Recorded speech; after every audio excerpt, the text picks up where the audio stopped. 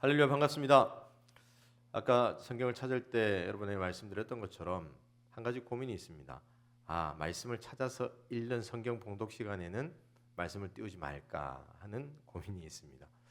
왜냐하면 성경책을 너무 안 들고 다니는 것 같고 미디어에 익숙한 것 같아서 고민이 있으니까요. 여러분 함께 그 고민을 해결해 나가 보십시다. 자, 오늘 우리에게 허락하신 이 본문을 가지고 우리의 소망과 기도라는 제목으로 하나님 말씀 전하겠습니다.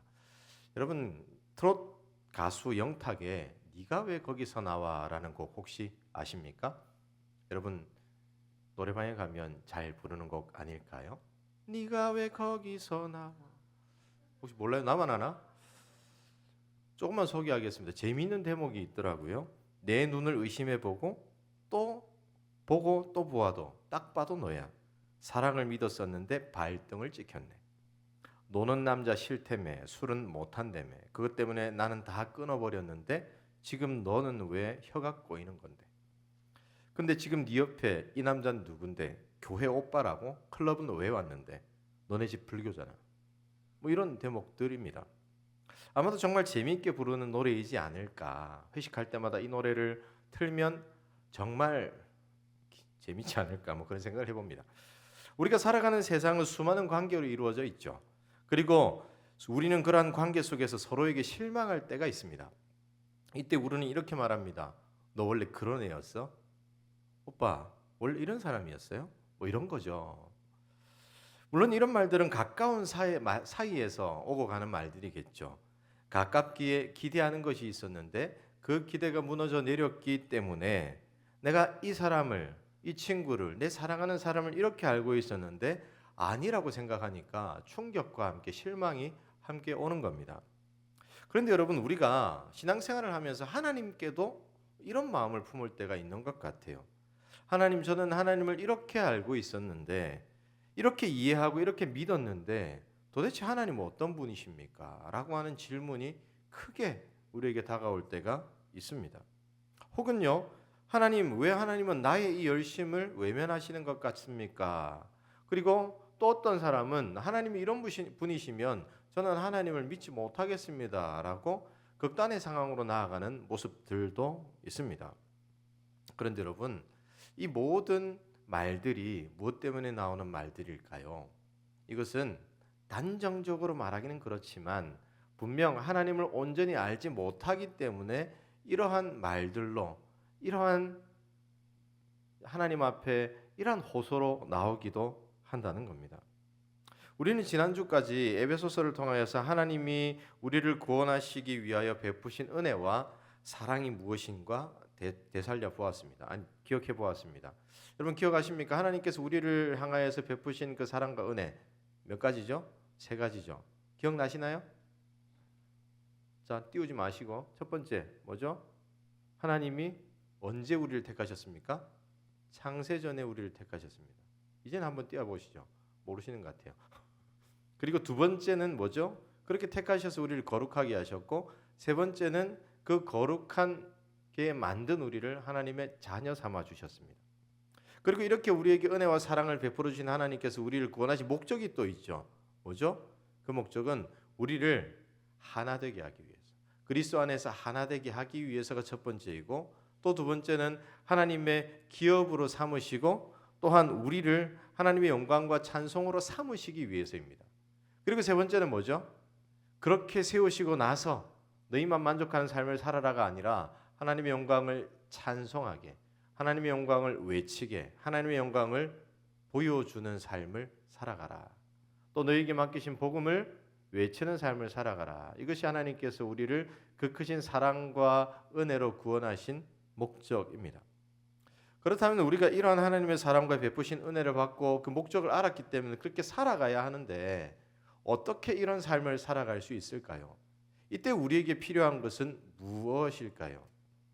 오늘부터 석 주간 하나님께서 우리에게 허락하신 이 은혜와 사랑을 받은 자로서 하나님께서 맡기신 목적을 따라 살아가기를 원할 때 우리가 어떤 부분을 세워야 하고 어떻게 채워져야 하는지 바울의 기도를 통하여서 생각해 보기를 원합니다. 먼저 오늘은 그 첫 번째 시간으로 우리가 가장 먼저 소망하며 기도해야 할 것이 무엇인지 우리에게 보여주고 있는데요. 우리는 하나님 알기를 소망하며 기도해야 합니다. 함께 따라하십시다. 우리는 하나님 알기를, 다시 한번 하나님 알기를 소망하며 기도해야 합니다. 오늘 바울은 그의 기도 속에서 이렇게 외치고 있습니다. 에베소서 1장 17절의 말씀입니다. 함께 이 에베소서 1장 17절의 말씀을 읽겠습니다. 시작. 우리 주 예수 그리스도의 하나님 아버지 영광의 아버지께서 지혜와 계시의 영을 너희에게 주사 하나님을 알게 하시고. 바울이 에베소 교회를 향하여서 구하는 그의 기도의 제목은 여러 가지였는데 그 중에 가장 첫 번째는 바로 에베소 교회 성도들이 하나님을 알게 되기를 구하는 것이었습니다. 그렇다면 여러분, 바울이 이처럼 가장 먼저 이 기도의 제목으로 기도했다는 것은 무엇을 보여주고 있습니까? 에베소 교회 성도들이 하나님의 은혜 아래에서 세워졌고 하나님께서 허락하신 목적과 그 방향을 알았다면 무엇으로 채워져야 하는지를 보여주는 대목입니다. 동일하게 우리에게도 하나님께서 맡기신 귀한 사명들을 감당하기 위해서 우리에게 주어진 목적을 바라볼 때에 우리가 가장 먼저 세워야 하는 것이 무엇인지, 우리가 가장 먼저 갖추어야 하는 것이 무엇인지를 잘 보여주는 대목입니다. 그것은 바로 하나님을 아는 겁니다. 하나님이 어떠한 분이신지를 아는 겁니다. 하나님께서 어떤 일을 행하셨는지, 하나님의 시선이 어디를 향하고 계신지, 하나님의 마음을 아프게 하는 것은 무엇인지, 또 하나님께서 우리를 통하여서 기대하시고 또 기다리는 것은 무엇인지 누구보다도 분명하게 알아야 합니다. 이를 알지 못하면, 하나님을 알지 못하면 우리는 하나님의 뜻과는 상관없는 방향으로 살아가게 되어 있습니다. 하나님의 뜻과는 전혀 다른 삶을 살아가며 거기에 만족할 수도 있습니다. 아마 이쯤 이야기하면 이런 질문이 있을 겁니다. 신앙생활을 하면서 하나님을 알지 못하는 것이 가능한가 하는 질문입니다. 어떻게 하나님을 알지 못하는데 신앙생활을 할 수 있는가? 불가능하지 않는가? 그런데 여러분, 충격적이게도 하나님의 백성들이 하나님을 알지 못하는 일은 비일비재합니다. 구약 성경으로 가보면 사사기에 등장하는 백성들의 모습이 이런 모습이었습니다. 사사기 2장 10절을 보면 이렇게 말씀하고 있습니다. 함께 읽어볼까요? 시작. 그 세대의 사람도 다 그 조상들에게로 돌아갔고 그 후에 일어난 다른 세대는 여호와를 알지 못하며 여호와께서 이스라엘을 위하여 행하신 일도 알지 못하였더라. 그들이 하나님의 구원의 손길을 경험한 후 시내산을 지나서 광야의 40년을 지나서 요수아의 정복 시대를 지나서 사사기 시대로 넘어갔습니다. 얼마 되지 않습니다. 하나님의 깊은 사랑과 하나님의 뜻과 하나님의 마음을 깨달아 알았던 이 백성들이 사사 시대로 넘어온 것이 100년, 200년의 세월이 흘렀던 게 아닙니다. 그저 몇 년 지나지 않았고 몇십 년 지나지 않았습니다. 그런데 그들이 여호와를 알지 못한다고 말합니다. 단 한 세대만 흘렀을 겁니다. 심지어 하나님께서 이스라엘을 향하여 행하신 일들도 알지 못한다, 이렇게 말씀하고 있습니다. 여러분, 그들에게 허락하신 언약이 여전히 있습니다. 하나님과 하나님의 백성들의 관계가 계약사와 같은 형식으로 세워져 있습니다. 그런데 그들은 하나님을 알지 못하는 백성이 되어버렸습니다. 오늘날 우리들의 말처럼 계약서의 잉크도 마르기 전에 하나님을 알지 못하는, 이 계약과 상관없는 그런 사람들이 되어버렸습니다. 구약이 많은 곳에서 백성들이 하나님을 알지 못한다라고 하는 대목이 등장합니다. 백성들이 하나님의 마음과 상관없이 그들의 즐거움만을 따른다, 이런 지적들이 선지자들을 통하여서 백성들에게 외친 것이 한두 번이 아닙니다. 특별히 호세아 4장 6절을 보면 이렇게 말씀하는 대목이 있습니다. 제가 읽어보겠습니다. 내 백성이 지식이 없으므로 망하는도다. 내가 지식을 버렸으니 나도 너를 버려 내 제사장이 되지 못하게 할 것이요 내가 내 하나님의 율법을 잊었으니 나도 내 자녀들을 잊어버리리라. 여러분, 분명한 사실은 하나님의 백성이라고 할지라도, 그리스도인이라 할지라도, 교회에 잘 출석하는 사람이라고 할지라도 하나님을 모를 수 있습니다. 어떻게 그럴 수 있냐고요? 심지어 여러분, 우리도 하나님을 모르는 상태에 머물러 있을 수도 있습니다. 여러분, 어떻게 그럴 수 있느냐고요? 우리가 하나님을 알고 있다 혹은 모른다라고 할 때 많은 사람들은 하나님에 대한 정보를 많이 알고 있는가 여기에 집중하기도 하죠. 그러나 하나님을 아는 것은 그 정보에 대한 의미가 아닙니다. 정보를 많이 알고 있어도 하나님을 모를 수 있습니다. 정보는 많이 알지만 하나님과 관계없는 사람으로 살 수 있습니다. 그 모습이 바로 하나님을 모르는 상태입니다. 하나님과 우리가 안다라고 할 때 그 알면요, 관계 속에서 아는 겁니다. 서로 친밀한 나눔이 있는 겁니다. 여러분, 스토커들도요, 그 대상이 되는 누군가를 향하여서 많이 압니다. 또 사생팬이라 그러죠. 그 연예인에 대해서 많이 압니다. 근데 실질적으로는 모르는 관계이죠. 제3자와의 관계인 겁니다. 그런데 하나님을 향한 우리의 시선이 그럴 수 있다는 겁니다. 하나님에 대해서는 많이 알고 있고 하나님이 어떤 분이신지에 대해서는 우리가 글로 많이 공부했습니다. 그런데 관계가 없는 상태로 살아가고 있을 수가 있습니다. 신약 시대에 예수님이 사역하셨던 시대에 하나님에 대해서 정말 많이 알고 있었고 탁월한 실력을 가졌던 부류가 있습니다. 그들이 누굴까요? 바로 바리새인들입니다. 아마 바리새인들이 그 당시에 이 유대교를 지켜왔다라고 이야기하고 그들이 시대를 이끌어갔던 하나의 신앙적인 모델이었다 이렇게 얘기하면 이상한데? 예수님은 그렇게 말씀하지 않으셨는데 라고 말할 지체들이 있을 것 같아요. 그런데 그들은 진짜 사실상 그 혼란하는 시대에 이 로마의 지배를 받고 있던 그 어려움의 시대에 하나님의 나라가 임할 것을 소망하면서 정말 열심으로 살았던 사람들입니다. 그래서 일반 백성들이 하나님께서 우리를 새롭게 하실 때에 저 사람들을 통해서 일하실 거야 라고 하는 막연한 기대감이 있었던 사람들입니다. 그런데 그들을 향해서 예수님께서 뭐라고 말씀하시죠? 이 독사의 자식들아, 아주 강도 높은 비난을 하십니다. 그 비난의 이유는요, 하나님에 대해서는 알고 있었지만 하나님을 모르는, 하나님과 관계없는 행동으로 자신의 경건함과 자신의 선함만을 백성들에게 보이려고 노력했던 그 모습 때문이었습니다. 특별히 이 바리새인들은요, 하나님의 나라가 이 땅에 임해야 할 때에 우리가 율법을 제대로 지키지 못했기에 이러한 어려움의 환경이 왔고 또한 우리가 로마의 속국이 되어서 살아간다. 따라서 하나님의 말씀을 하나님 율법을 온전히 지키면 하나님께서 우리를 회복케 하실 거다라고 하는 기대감을 가지고 누구보다도 율법을 철저히 지키려고 노력했었던 사람들입니다. 하나님께서는 출애굽기 20장과 신명기 5장에서 10계명을 허락하시고 그 10계명을 중심으로 출애굽기와 레위기와 민수기에서 하나님의 백성으로 어떻게 살아가야 하는가를 가르쳐 주셨습니다. 그런데 바리새인들은 그것을 모두 세분화해서 더 잘 지키기 위해서 노력하고 또 노력했습니다. 그런데 그들의 노력이 좀 다른 방향으로 흘렀습니다. 하나님께서 원하시지 않는 방향으로 흘러가 버렸습니다. 그들이 노력하고 노력할 때마다 많은 사람들이 바리새인들의 지적과 정죄 속에서 죄책감을 얻으며 살아가야 했었습니다. 자기들만 의롭고 그렇게 살지 않던 이스라엘 백성들을 향하여서 의롭지 않다, 죄인이다, 그렇게 살면 안 된다라고 지적만 하니까 예수님께서 하나님의 마음을 모르는 너희라고 이야기하시면서 계속해서 책망하셨던 것이죠. 여러분, 그 여파가 아직까지 이스라엘에는 있습니다. 이스라엘에 가면 아직도 정말 특이한 광경을 목격하게 되는데요.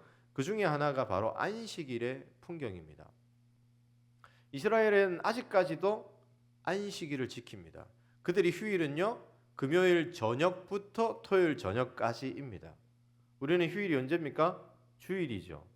세상 말로 하면 일요일입니다. 그런데 그들은 금요일 저녁부터 그 다음날 토요일 저녁까지가 휴일입니다. 그날이 되면 저녁에 이 가족들과 함께 또한 좀 대가족이 다 삼삼오오 손을 맞잡고 열심히 어디론가 걸어갑니다. 제가 예루살렘에 금요일 저녁에 도착했는데 사람들이 그거 아세요? 그 랍비들이 하는 복장들 아십니까? 검은색에 이 큰 모자 쓰고 어디론가 걸어갑니다. 여러분 군대 다 다녀오신 분 알 건데 큰 걸음으로 걸어갑니다. 군대 안 갔다 온 지체들이 많은가 봐요. 큰 걸음으로. 흉내내고 싶어요 진짜. 근데 큰 걸음으로 걸어가는데 차를 안 타고 때로는 5km 이상 되는 거리를 걸어서 가는 겁니다. 그곳이 어디냐면 지금 여전히 존재하고 있는 예루살렘의 통곡의 벽, 그리고 그 옆에 가면 회당이 있거든요. 거기로 집결합니다. 어마어마한 숫자가 집결을 합니다. 대중교통을 이용하느냐? 이용하지 않습니다. 왜냐하면 대중교통도 운행하지 않거든요. 유대인이 운영하는 모든 회사는 운영하지 않습니다. 단 아랍계 사람들이 운영하는 택시 회사, 뭐 버스 이런 것들은 간간히 운영합니다. 그런데 타지를 않습니다. 왜 그럴까요? 택시를 문을 열고 닫는 것도 일하는 것이기 때문에 안 합니다. 모두 바리새인들이 가르쳐왔던 그 여파들이죠. 심지어 유태인의 호텔에 들어가면 여러 개의 엘리베이터 중에서 한 2개, 3개 정도는 매 층마다 서는 엘리베이터가 있어요. 그날만 그래요. 왜 그럴까요? 안식일에는 일하면 안 되니까 한 층 한 층마다 버튼 안 눌러도 될 정도로 계속 서는 거예요. 너무 신기했습니다. 에이 설마 그럴까 했는데 진짜로 쉬더라고요. 야, 이런 모습을 보면서 아, 바리새인들이 참 대단한 사람들이긴 하구나. 역사를 따라서 지금 수천 년이 흘렀는데도 이것을 지키려고 하는, 그리고 이 안식일에 대한 법들 말고도 음식법이라고 하는 게 있습니다. 거기는요 파쉐르 매장이라고 하는 게 있어요. 우리나라에는 맥도날드에 패티와 그 위에 이제 치즈도 올라가고 뭐 이런 것도 올라가지 않습니까? 파쉐르 매장에 가면, 파쉐르 매장 예루살렘에 있는 맥도날드를 가면, 뭐 유대인 지역의 맥도날드를 가면 패티 위에 치즈를 올려주지 않습니다. 빅맥을 주문했는데 패티 위에 치즈가 없어요. 이 무슨 맛이 있어요? 왜 그런 줄 알아요? 염소 새끼를 그 어미의 젖에 삶지 말라라고 하는 구절이 신명기에 등장합니다. 그 말대로 하기 위해서. 이 말이 하나님께서 모세를 통하여서 선포하실 때 어떠한 의미이겠습니까? 염소 새끼를 그 어미의 젖에 삶는다. 좀 느낌이 너무하다 그런 느낌이잖아요. 조금 애란다. 그 이 염소 새끼가 자기 어미의 젖에 삼킨다라고 하면 는 비참하지 않습니까? 그래서 그것을 하지 말라라고 말씀을 하셨던 것인데 그들은 어떻게 해석했냐면 결코 고기를 그 우유와 함께 먹으면 안 된다. 유제품과 함께 먹으면 안 된다라고 이야기하고 철저하게 지킵니다. 그래서 고기를 먹고 우유를 먹으려면 위에서 소화가 다 된 4시간이나 6시간 이후에 먹을 수 있다고 법령으로 규정되어 있습니다. 유대인의 음식법입니다. 누구로부터 시작되었을까요? 아마 바리새인들로부터 시작되었을 겁니다. 여러분 이거 보면요. 왜 이렇게 하는 걸까요? 라고 하는 질문이 들겠죠. 모두 율법을 잘 지키기 위함입니다. 율법을 잘 지키는 것을 하나님께서 원하시고 율법을 제대로 지켜야 하나님 나라에 회복이 있다고 믿고 그것을 소망했기 때문입니다. 여러분 이 정도 하면 하나님을 잘 아는 것 아닙니까? 이 정도의 삶을 살아가면 하나님을 어찌 모를 수가 있습니까? 그런데 예수님이 이들을 향해서 무엇이라고 책망하셨는지 아십니까? 마태복음 23장 13절을 보면 이렇게 말씀하고 있습니다. 화 있을진저 서기관들과 바리새인들이요, 너희는 천국 문을 사람들 앞에서 닫고 너희도 들어가지 않고 들어가려 하는 자도 들어가지 못하게 하는도다. 이런 모습들이 하나님의 나라를 앞당기는 모습이 아니라 오히려 방해하는 모습이라고 말씀합니다. 16절도 이렇게 말씀합니다. 화 있을진저 눈먼 인도자여. 눈먼 인도자다. 어떤 의미일까요? 니들도 하나님 모르면서 다른 백성을 인도한다고? 그만해라. 이런 의미겠죠. 예수님께서는 그들에게 분명하게 말씀하십니다. 너희는 하나님을 모르는 사람들이야. 하나님을 안다고 하면 어떻게 백성들을 이렇게 인도할 수 있는 건가? 예수님이 오실 때는 하나님의 아들이시며 누구보다도 하나님을 잘 알고 계시는 예수님이 보시기에는 이들은 모두 하나님을 모르는 사람들인 겁니다. 껍데기는 겉모양은 그럴싸한데 하나님의 말씀을 지키는 것 같아 보이고 하나님의 뜻을 아는 것 같아 보이는데 깊이 들어가서 그들의 상황을 보면 전혀 그렇지 않다는 겁니다. 하나님을 모른다는 겁니다. 마치 눈이 어두워서 자신도 앞을 보지 못하는 맹인인데 또 다른 사람을, 멀쩡한 사람들 이끌고 간다는 거죠. 거기 따라가면 구덩이에 빠질 뿐이라는 겁니다. 하나님을 제대로 알지 못하고 하나님의 마음을 알지 못하고 그저 종교적인 열심만 가득하기에 누구도 선한 곳으로 인도하지 못하는 그런 모습에 머물러 있습니다. 왜 그럴까요? 하나님에 대해서는 알고 있지만 하나님을 알지 못했기에. 하나님에 대한 정보는 정말 철철 넘쳐나지만 하나님의 마음과 하나님의 눈이 어디를 향하고 있고 하나님이 어느 대목에서 아파하시는지 전혀 모르기에 이렇게 되었습니다. 사랑하는 청년 여러분, 신앙생활을 한다는 것은, 한 사람의 그리스도인이 되어야 한다는 것은, 그리고 그렇게 그리스도인이 되어서 하나님의 영광을 선포하고 그분을 찬양하고 복음을 전하는 것은 하나님을 아는 것으로부터 시작합니다. 하나님에 대한 정보가 쌓이는 게 아니라 하나님을 만나 하나님을 경험하고 하나님을 아는 것, 그것이 있어야 합니다. 특별히 하나님을 알 때 하나님과의 1:1 관계 속에서 하나님을 알아야 합니다. 멀리서 지켜보고 뒤따라가는 팬이 아니라 그냥 알기 원하는 그런 수준에 머물러 있는 게 아니라 그 관계 속에서 깊이 하나님을 경험해야 합니다. 그저 말씀의 지식을 쌓고 하나님에 대해서 이해하는 것이 아닙니다. 하나님이 나에게 원하는 것이 무엇인지를 아는 겁니다. 하나님께서 오늘 지금 서 있는 이 자리에서 나에게 맡기시는 것이 무엇인지를 아는 겁니다. 이런 질문들이 우리의 삶의 전반에 걸쳐서 묻어나야 합니다. 삶의 체계가 되는 거죠. 하나님과의 교제가 이어지는 겁니다. 그렇다면 여러분, 우리는 어떻습니까?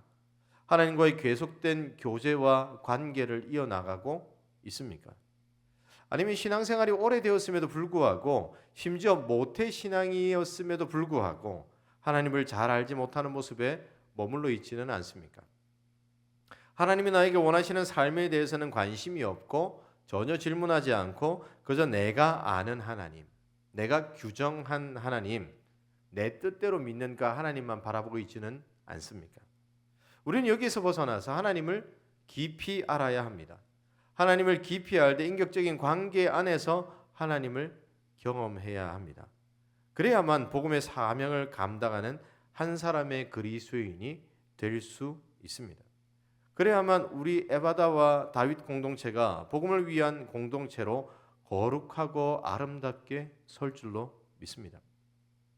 우리가 성경을 보면 하나님을 이렇게 깊이 알고 그 뜻 안에서 살았던 사람이 있습니다. 누굴까요? 제가 사람이라 표현해서 좀 그렇지만 바로 예수님이십니다. 한 분밖에 없어요. 예수님은 이 땅에 사람으로 오셔서 오직 하나님의 뜻 안에서만 사역하셨습니다. 그것을 벗어난 적이 단 한 번도 없는 분이십니다. 물론 하나님께서 선택하여 세우신 사도들도 있고 또 구약 시대에 많은 선지자들이 있었지만 그들도 역시 사람인지라 연약한 부분이 있었고 하나님의 뜻과 상관없는 다른 곳으로 향했던 모습들도 그들의 인생 가운데 있었습니다. 그런데 예수님은 이 세상에서 단 한 분, 예수님만 하나님의 뜻을 전적으로 알고 그 뜻에 순종하며 온전한 관계를 세워 가셨습니다. 심지어 십자가에서의 죽음이라고 하는 큰 문제 앞에서 기도하시며 이 잔을 내게서 지나가게 해달라고 호소했지만 결국 끝에 나온 기도의 제목은, 그 끝에 나온 기도의 고백은 내 뜻대로가 아니라 하나님의 뜻대로 해달라고 하는 기도였습니다. 그리고 하나님의 뜻에 따라 자신을 십자가의 제물로 드리셨습니다. 어떻게 이런 일들이 가능할까요? 바로 하나님과 절대적으로 가까운 관계에 있었고 함께 일하셨고 늘 협력하셨기 때문입니다. 특별히 우리는 하나님을 삼위일체 하나님이라고 고백하죠.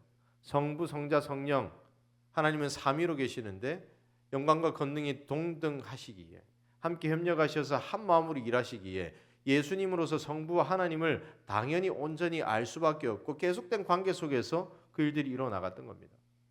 그리고 예수님께서는 늘 기도함으로 하나님께 뜻을 구했고 하나님의 능력을 구했고 그 능력으로 매일의 사역을 감당했습니다. 여러분, 우리도 이러한 예수님처럼 하나님의 그 깊으신 은혜와 사랑을 관계 속에서 알아야 합니다.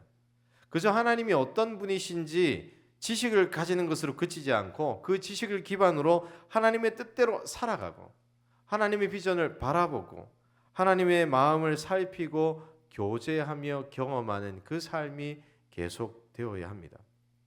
여러분, 이런 삶을 살아가고 있습니까? 그렇다면 여러분, 하나님을 알고 인격적인 관계 안에서 하나님을 경험하기 위해서 우리가 구해야 할 것은 무엇일까요? 예수님은 삼위일체 하나님이시기 때문에 너무나도 분명하게 하나님을 알고 교제하시고 그 뜻 안에 살아가셨고 사역하셨는데 우리는 사람이기에 불가능하거든요. 그렇다면 어떻게 이 일들을 세울 수 있겠습니까? 어떻게 우리가 하나님과의 온전한 관계를 가지고 그 속에서 살아갈 수 있을까요? 오늘 본문 17절에서는 이렇게 말씀하고 있습니다.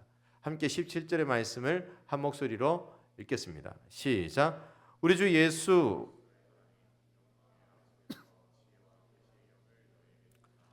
하나님을 알게 하시고. 자, 여기서 사도 바울이 기도하는 그 내용이 무엇입니까? 우리 주 예수 그리스도의 하나님 영광의 아버지께서 무엇을요? 지혜와 계시의 영을 너에게 주사 하나님을 알게 하시고. 함께 고백합시다. 지혜와 계시의 영을. 다시 한번 지혜와 계시의 영을. 지혜와 계시의 영을 우리에게 허락하셔서 하나님을 알게 해달라고 사도 바울은 기도합니다. 그리고 여기에서 말씀하고 있는 지혜와 계시의 영이란 바로 성령님을 의미합니다. 따라서 우리는 성령의 도우심으로 성령께서 이끄시는 그 이끄심으로 하나님을 깨달아 알 수 있고 하나님과 교제할 수 있고 하나님의 말씀을 따라 살아갈 수 있습니다. 우리는 성령님을 좀 많이 오해하는 것 같습니다. 우리는 성령님에 대하여서 어떻게 오해합니까? 우리가 은사를 주시는 분으로 오해합니다. 그런데 여러분, 성령님의 가장 중요한 사역은 우리에게 허락하신 구원의 복음을 적용시키는 일입니다. 말이 좀 어려운데요. 적용시킨다. 이것이 어떤 의미냐면 복음을 잘 알지 못하는 우리에게 깨닫게 하시고 하나님의 그 사랑을 느끼게 하시고 복음으로 살아갈 수 있도록 도우시는 분이다. 이게 바로 성령의 도우심, 성령께서 복음을 우리에게 적용하심이라고 하는 대목의 의미입니다. 우리가 삼위일체에 대해서 이해를 할 때 구원의 사역과 관점에서 삼위일체 하나님이 하신 일을 이렇게 표현합니다. 성부 하나님은 구원을 계획하시고 성자 예수님은 구원을 실행하시고 그리고 성령 하나님은 구원을 적용시키신다. 다 알고 계시죠? 따라서 우리가 성령의 깨닫게 하심, 가르쳐 주심, 알게 하심, 인도하심이 없으면 결코 구원받은 하나님의 백성으로 살 수가 없습니다. 하나님의 구원을 깨달아 알 수 없습니다. 다른 말로 구원받을 수가 없습니다. 우리가 이 자리에서 예배를 드리고 있고 하나님이 우리의 아버지이신 것을 고백할 수 있는 것은 바로 성령께서 깨닫게 하시고 그 구원의 은혜를 알게 해 주시고 느끼게 해 주셨기 때문입니다. 많은 통로로 성령께서는 일하셨습니다. 만약 성령께서 이런 일하심이 없으셨다면 우리에게 그 성령의 역사가 없었다면 우리는 하나님을 모르는 자로 있었을 겁니다. 성령이 함께 하셔야만, 성령이 역사하셔야만 우리는 하나님과의 온전한 교제와 깊은 관계 속에서 살아갈 수 있습니다. 우리에게 하나님이 허락하신 하나님의 말씀인 성경 속에는 하나님이 어떤 분이신지 잘 담겨 있습니다. 그러나 그것을 아무리 읽는다고 할지라도 아무리 홀로 공부한다 할지라도 성령의 깨닫게 하심의 역사가 없으면 알 수 없습니다. 여러분, 우리가 말씀을 이해한다, 느낀다는 것은요, 성령이 우리 안에 계시면서 알게 하신 역사입니다. 우리가 말씀을 읽고 깨닫고 그 말씀으로 살아가기를 소원하는 이유는 성령께서 우리 가운데 역사하고 계시기 때문입니다. 성령께서 우리 가운데 일하시고 계시기 때문에 말씀을 읽고 깨달을 수 있고 그 말씀을 붙들고 살아갈 수 있습니다. 애초에 우리 신앙은 우리가 신을 찾다가 발견한 게 아닙니다. 이 세상에 많은 종교들이 있습니다. 그런데 그 종교들이 가지고 있는 가장 큰 특징은 사람들이 애써서 찾은 거라는 겁니다. 고다마 시타르타라고 하는 어떤 한 인물이 끊임없이 묵상을 하다가 돌을 닦다가 결국 자유함을 얻었다. 이게 불교거든요. 찾다가 발견한 거예요. 이 세상에 무수히 많은 고통들이 있는데 이 고통에서 해방하는 게 뭘까? 내가 가진 것들을 모두 내어놓자, 버리자, 공허함으로 나아가자. 그렇게 열심히 돌을 닦다가 보리수나무 아래에서 득도를 했다. 그 득도가 바로 불교인 거예요. 다른 종교들도 다 비슷합니다. 우리가 열심히 뭔가를 구하고 고행을 하고 그러다 보니까 내가 가지고 있는 고통들이 해결되었다. 그게 바로 이 세상에 있는 모든 종교들의 동일한 특징입니다. 그런데 우리가 믿는 신앙, 저는 기독교를 종교라고 표현하는 것 자체를 싫어해서 우리가 믿는 하나님, 우리가 찾은 분이 아닙니다. 하나님께서 직접 죄인들인 우리에게 다가오셨고 우리에게 하나님께서 기록하신 말씀인 성경을 허락하셨고 그 성경을 성령을 통해서 깨닫게 하시고 그렇게 교회를 세우시고 그렇게 우리 공동체를 여기까지 이끌어 오셨다는 겁니다. 특별히 하나님께서 우리 가운데 허락하신 기록된 하나님의 말씀 성경은요, 하나님께서 시대를 통하여서 선택하신 한 사람의 한 사람의 인생이 담겨져 있고 그 삶의 모든 장면들이 녹아 들어가 있습니다.